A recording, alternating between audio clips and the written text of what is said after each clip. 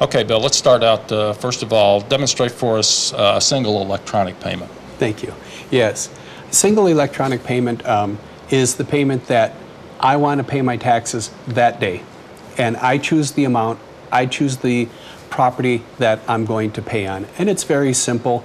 You don't need a username or a password for this one. Anyone can use this. You could just go in and say, I don't want to stand in line down in the office. I'm going to pay right here on my computer.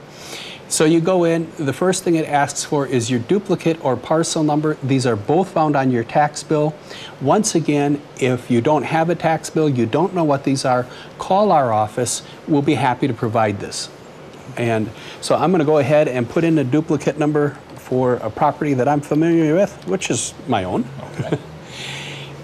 And I tab. The first thing it does is it tells me, is this the property you want to pay on? I look at the address and say, sure enough, that's the one. Okay. The amount, I would just put in the amount that I want to pay, and I'm going to follow the fields through. Very simple, first name, last name, street address, city, state, zip. Give us a valid email address because we're going to send a confirmation. And a phone number. If there's any questions, we can get a hold of you.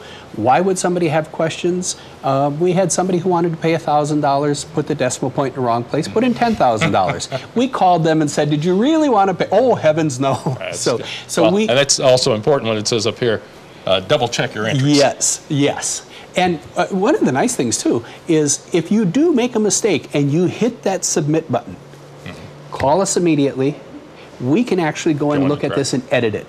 And do a change for you. You don't have to re-enter everything. We can get your information correct. Okay. So you do those things. You're going to select a payment method, which is electronic check, meaning it's just going to come directly out of your financial institution. You would put in your bank, whether it's a checking or savings account, if this is an individual or a business. At the bottom of your check, you have your routing number and account number, and you make sure you use the routing number on the bottom of your check, not your deposit slip. Those are different things. You'll put in the routing number, the account number, hit submit, you're done. Okay, well, that was pretty easy.